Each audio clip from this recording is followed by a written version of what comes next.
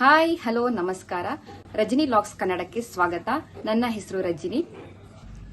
ನಾನು ಈಗಾಗಲೇ ಹಲವು ರೆಸಿಪಿಗಳನ್ನು ನನ್ನ ಯೂಟ್ಯೂಬ್ ಚಾನಲ್ ಅಲ್ಲಿ ಅಪ್ಲೋಡ್ ಮಾಡಿದ್ದೀನಿ. ಬೇಸಿಗೆ ರಜೆ ಇರೋದ್ರಿಂದ ನಾವು ಅಮ್ಮನ ಮನೆಗೆ ಬಂದಿದ್ದೀವಿ. ಅಮ್ಮನ ಮನೆಯಲ್ಲಿ ಇವಾಗ ದೇವ್ರ ಕಾರ್ಯ ಇಟ್ಕೊಂಡಿದ್ದೀವಿ. ಈ ದೇವ್ರ ಕಾರ್ಯದ ಕಂಪ್ಲೀಟ್ ವಿಡಿಯೋನ ನಾನು ಇವತ್ತು ಅಪ್ಲೋಡ್ ಮಾಡ್ತಾ ಇದ್ದೀನಿ. ಮಂಡ್ಯ ಭಾಗದಲ್ಲಿ ಮರಿ ಊಟಕ್ಕೆ ರಾಗಿ ಮುದ್ದೆ ಹೇಗೆ ಫೇಮಸ್ಸು, ನಮ್ಮ ಸೈಡಲ್ಲಿ ಮರಿ ಊಟಕ್ಕೆ ಜೋಳದ ಮುದ್ದೆ ಜೋಳದ ರೊಟ್ಟಿನೂ ಕೂಡ ಫೇಮಸ್ಸು. ಇವತ್ತಿನ ದಿನ ಯಾವೆಲ್ಲ ರೆಸಿಪಿಗಳನ್ನು ನಾವು ಮಾಡ್ತೀವಿ ಅನ್ನೋದನ್ನ ನಿಮ್ಮ ಜೊತೆ ಹಂಚ್ಕೊಳ್ತಾ ಇದ್ದೀನಿ. ಮೊದಲೇ ಹೇಳಿದ್ದೆ ಅಮ್ಮ ಮನೇಲಿ ದೇವ್ರ ಕಾರ್ಯ ಅಂತ. ಈ ಒಂದು ದೇವ್ರ ಕಾರ್ಯಕ್ಕೆ ಮರಿ ಹೊಡೆದಿದ್ರು. ಆ ಒಂದು ಮರಿ ಬರೋಬ್ಬರಿ 28ರಿಂದ 30 kg ಇತ್ತು. ಈ ಒಂದು ಕುರಿ ಸಾಂಬಾರನ್ನು ಯಾವ ರೀತಿಯಾಗಿ ಮಾಡೋದನ್ನು ಈ ವಿಡಿಯೋದಲ್ಲಿ ಹೇಳ್ತಾ ಹೋಗ್ತೇನೆ. ಮೊದಲೇದಾಗಿ 5 kg ಕಟ್ ಮಾಡಿರುವಂಥ ಈರುಳ್ಳಿ ಮತ್ತು ಅರ್ಧ kgಯಷ್ಟು ನಾಟಿ ಬೆಳ್ಳುಳ್ಳಿಯನ್ನು ತೊಗೊಂಡಿದ್ದೀನಿ. ಚೆನ್ನಾಗಿ ಬಿಡಿಸು. ಇದೀಗ ಚೆನ್ನಾಗಿ ಗೋಲ್ಡನ್ ಕಲರ್ ಬರೋವರೆಗೂ ಈರುಳ್ಳಿ ಮತ್ತು ಬೆಳ್ಳುಳ್ಳಿನ ಚೆನ್ನಾಗಿ ಹುರಿಬೇಕು. ಹಾಗಾಗಿ ನಾನಿಲ್ಲಿ ದೊಡ್ಡ ಬಾಣಲೆಯನ್ನು ತೆಗೆದುಕೊಂಡು ಈರುಳ್ಳಿ ಮತ್ತು ಬೆಳ್ಳುಳ್ಳಿಯನ್ನು ಮೀಡಿಯಂ ಫ್ಲೇಮಲ್ಲಿ ಹುರಿತಾ ಇದ್ದೀನಿ. ಈ ಈರುಳ್ಳಿ ಮತ್ತು ಬೆಳ್ಳುಳ್ಳಿ ಹುರಿಯೋಕ್ಕೆ ನಾನು 4 ಚಮಚದಷ್ಟು ಸೌಟಲ್ಲಿ ಎಣ್ಣೆಯನ್ನು ಹಾಕ್ಕೊಡ್ತಾ ಇದ್ದೀನಿ.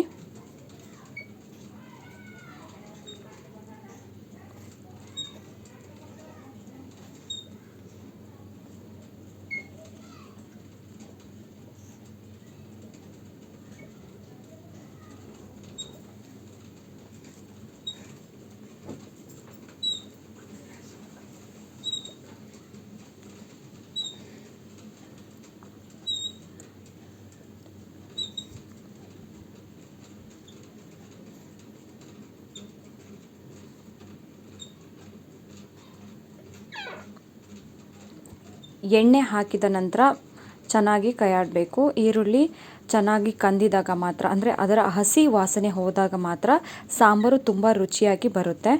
ಏನು 5 kg ಈರುಳ್ಳಿಯ ಜೊತೆಗೆ ಅರ್ಧ kgಯಷ್ಟು ನಾಟಿ ಬೆಳ್ಳುಳ್ಳಿಯನ್ನು ಸಹ ಬಿಡಿಸಿಟ್ಟಿರುವಂಥದ್ದು. ಈ ಈರುಳ್ಳಿ ಜೊತೆಗೆ ಬೆಳ್ಳುಳ್ಳಿಯನ್ನು ಸಹ ನಾವು ಚೆನ್ನಾಗಿ ಫ್ರೈ ಮಾಡ್ಕೊಳ್ತಾ ಇದ್ದೀನಿ.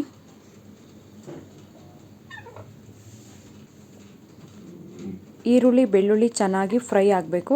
ಫ್ರೈ ಆದಾಗ ಮಾತ್ರ ಸಾಂಬಾರು ತುಂಬ ಘಮಘಮವಾಗಿ ತುಂಬ ಟೇಸ್ಟಿಯಾಗಿ ಬರುತ್ತೆ.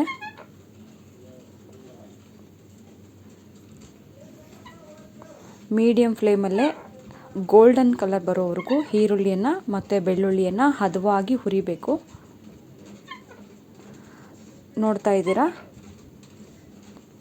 ಈರುಳ್ಳಿ ಬೆಳ್ಳುಳ್ಳಿ ಚೆನ್ನಾಗಿ ಹುರಿದಿದೆ. ಇದಕ್ಕೆ ನಾವು 4 ಟೇಬಲ್ ಸ್ಪೂನಷ್ಟು ಅರಿಶಿನ ಪುಡಿಯನ್ನು ಸಹ ಬೆರೆಸ್ತಾ ಇದ್ದೀನಿ. ನೋಡ್ತಾ ಇದ್ದೀರಾ, ಅರಿಶಿನ ಪುಡಿ ಬೆರೆಸಿದ ನಂತರ ಅದರ ಒಂದು ಹಸಿ ವಾಸನೆ ಸಹ ಹೋಗಿದೆ. ಇದಕ್ಕೆ ಮಸಾಲೆಯನ್ನು ಸಹ ನಾನು ಆ್ಯಡ್ ಮಾಡ್ತಾ ಇದ್ದೀನಿ. 2 ಇಡಿಯಷ್ಟು ಚಕ್ಕೆ ಮತ್ತು 2 ಇಡಿಯಷ್ಟು ಲವಂಗವನ್ನು ಸಹ ತೆಗೆದುಕೊಳ್ತಾ ಇದ್ದೀನಿ. ಅದೇ ಅಲ್ಲದೆ 2 ಇಡಿಯಷ್ಟು ಯಾಲಕ್ಕಿಯನ್ನು ಸಹ ನಾನು ಹಾಕಿದ್ದೀನಿ. ಮತ್ತು ಕಾಳುಮೆಣಸು ಸಹ ತುಂಬ ಇಂಪಾರ್ಟೆಂಟು. ನಾವು ಖಾರ ಪುಡಿಯನ್ನು ಬಳಸಿದರೂ ಸಹ ಒಂದು ಫ್ಲೇವರ್ಗೋಸ್ಕರನಾದರೂ ಕಾಳುಮೆಣಸು ಇರಬೇಕು. ಅರ್ಧ kg ಬೆಳ್ಳುಳ್ಳಿ ತೊಗೊಂಡಿದ್ದೀನಿ. ಅದೇ ಪ್ರಮಾಣದಲ್ಲಿ ಅರ್ಧ kgಯಷ್ಟು ಶುಂಠಿಯನ್ನು ತೆಗೆದುಕೊಂಡಿದ್ದೀನಿ. ಇನ್ನು 15 ತೆಂಗಿನಕಾಯಿ, ಏಕೆಂದರೆ 28ರಿಂದ 30 kg ಮಟನ್ ಇರೋದ್ರಿಂದ 15 ತೆಂಗಿನಕಾಯಿನ ಚೆನ್ನಾಗಿ ತುರಿದುಕೊಂಡು ತೊಗೊಂಡಿದ್ದೀನಿ. ನೋಡ್ತಾ ಇದ್ದೀರಲ್ಲ, ಚೆನ್ನಾಗಿ ತುರಿದಿರುವಂತಹ ಒಂದು ತೆಂಗಿನಕಾಯಿ, 15 ತೆಂಗಿನಕಾಯಿ ತೆಗೆದುಕೊಂಡಿದ್ದೀನಿ. ಮತ್ತು 10 ಕಟ್ಟಷ್ಟು ನಾಟಿ ಕೊತ್ತಂಬರಿ ಸೊಪ್ಪನ್ನು ತೆಗೆದುಕೊಂಡಿದ್ದೀನಿ.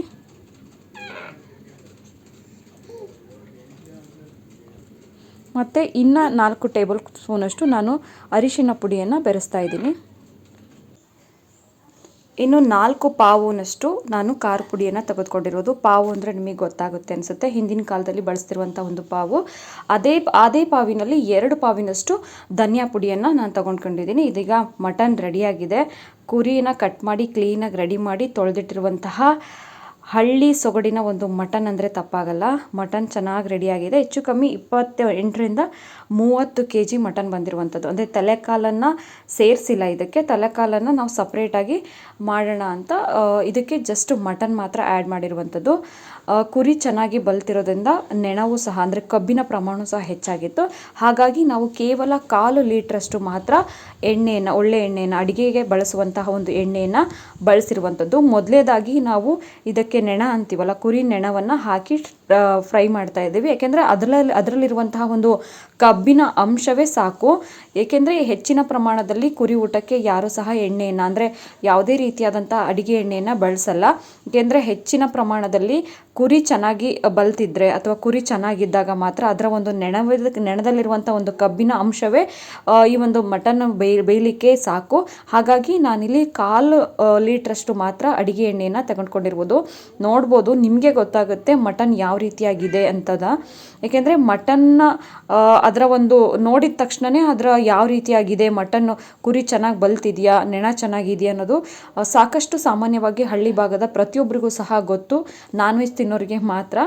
ಈಗೇನು ಸಾಮಾನ್ಯವಾಗಿ ಸರ್ವೇಸಾಮಾನ್ಯವಾಗಿ ನಾನ್ ವೆಜ್ಜನ್ನು ವೆಜಿಟೇರಿಯನ್ಸ್ಗಳು ಸಹ ತಿಂತಾರೆ.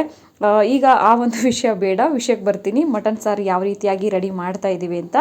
ಈಗ ಏನು 4 ಪಾವು ನಾವು ಖಾರ ಪುಡಿ ಮತ್ತು ಧನಿಯಾ ಪುಡಿಯನ್ನು ತಗೊಂಡಿದ್ವೋ ಅದೇ ಪಾವಿನಲ್ಲಿ 2 ಪಾವಿನಷ್ಟು ಉಪ್ಪನ್ನು ತೆಗೆದುಕೊಂಡಿವಿ. ಹೆಚ್ಚು ಕಮ್ಮಿ ಒಂದು ಅರ್ಧ kg ಮೇಲಾಗುತ್ತೆ ಅಷ್ಟು ಪ್ರಮಾಣದಲ್ಲಿ ಉಪ್ಪನ್ನು ತಗೊಂಡ್ಕೊಂಡಿವಿ. ಈಗ ಮಟನ್ ಚೆನ್ನಾಗಿ ಬೇಯಬೇಕು, ಅದಕ್ಕೋಸ್ಕರ ನಾವು ಅದನ್ನು ಸ್ವಲ್ಪ ಹೊತ್ತು ಕ್ಲೋಸ್ ಮಾಡಿದ್ವಿ.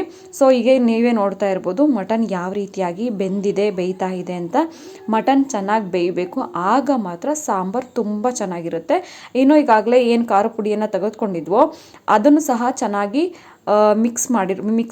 ರುಬ್ಬಿರುವಂಥದ್ದು, ಧನಿಯಾ ಪುಡಿ ಮತ್ತು ಖಾರದ ಪುಡಿಯನ್ನು ಸಪ್ರೇಟಾಗಿ ಗ್ರೈಂಡ್ ಮಾಡಿರುವಂಥದ್ದು. ಖಾರ ಉಪ್ಪು ಚೆನ್ನಾಗಿ ಹತ್ತಿದಾಗ ಮಾತ್ರ ಮಟನ್ ಸಾಂಬಾರು ಒಳ್ಳೆ ಟೇಸ್ಟ್ ಬರುತ್ತೆ.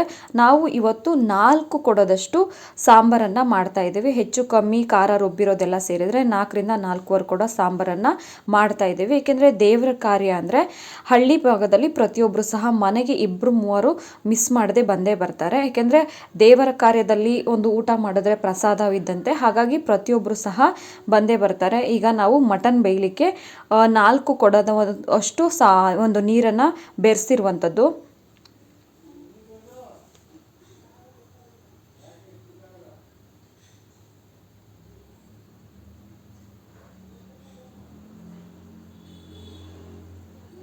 ಒಂದು ರೌಂಡ್ ಕುದ್ದಿದೆ ಇವಾಗ. ಮಟನ್ನು ಚೆನ್ನಾಗಿ ಬೇಯಬೇಕು ಹೀಟಲ್ಲೇ.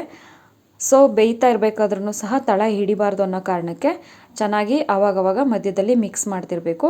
ಇನ್ನು ಮಸಾಲೆಗಾಗಲೇ ರೆಡಿ ಆಯಿತು. ಈ ಒಂದು ಮಸಾಲೆನೂ ಸಹ ಸಾಂಬಾರು 1 ರೌಂಡ್ ಕುದ್ದಾದ ತಕ್ಷಣವೇ, ಅಂದರೆ ಖಾರದ ಪುಡಿ, ಧನಿಯಾ ಪುಡಿ, ಉಪ್ಪು ಮತ್ತೆಲ್ಲ ಬೆರೆಸಿದ್ವಿ. ಇದು 1 ರೌಂಡ್ ಕುದ್ದ ತಕ್ಷಣ, ಅಂದರೆ ಮಟನ್ ಒಂದು ಹಂತಕ್ಕೆ ಫ್ರೈ ಆಯಿತು ಅನ್ನೋ ಟೈಮಲ್ಲಿ ರುಬ್ಬಿರುವಂತಹ ಮಸಾಲ, ಚಕ್ಕೆ, ಯಾಲಕ್ಕಿ, ಲವಂಗ, ಕೊತ್ತಂಬರಿ ಸೊಪ್ಪು, ಶುಂಠಿ, ಬೆಳ್ಳುಳ್ಳಿ ಮತ್ತು ಕಾಯಿ ಮತ್ತು ಕೊತ್ತಂಬರಿ ಸೊಪ್ಪು, ಸ್ವಲ್ಪ ಅರಿಶಿಣ ಪುಡಿಯನ್ನು ಸಹ ಬೆರೆಸಿ ರುಬ್ಬಿರುವಂತಹ ಒಂದು ಮಸಾಲೆನೂ ಸಹ ನಾವು ಬೆರೆಸಿದ್ದೀವಿ. ಇದೀಗ ಇನ್ನೊಂದು ರೌಂಡು ಸಾಂಬಾರು ಚೆನ್ನಾಗಿ ಕುದಿಬೇಕು. ಮಸಾಲೆ ಮತ್ತು ಖಾರ ಉಪ್ಪು ಸಹ ಚೆನ್ನಾಗಿ ಹತ್ತಬೇಕು. ಸೊ ನೋಡ್ತಾ ಇರ್ಬೋದು ಮಟನ್ ಸಾಂಬಾರು ರೆಡಿ ಆಗ್ತಿದೆ. ಫೈನಲಿ ಮಟನ್ ಸಾಂಬಾರು ರೆಡಿ ಆಯಿತು ಅಂತಲೇ ಹೇಳ್ಬೋದು. ಇನ್ನು ಇದೇ ರೀತಿಯಾದಂತಹ ಹಳ್ಳಿ ಸೊಗಡಿನ ಶೈಲಿಯ ಊಟಗಳ ಒಂದು ರೆಸಿಪಿಗಾಗಿ, ಅಡಿಗೆಗಾಗಿ ನಮ್ಮ ಒಂದು ಯೂಟ್ಯೂಬ್ ಚಾನಲನ್ನು ಫಾಲೋ ಮಾಡಿ, ಸಬ್ಸ್ಕ್ರೈಬ್ ಮಾಡಿ, ದಯವಿಟ್ಟು ಶೇರ್ ಮಾಡಿ. ಮತ್ತೆ ಸಿಗ್ತೀನಿ. ಧನ್ಯವಾದಗಳು.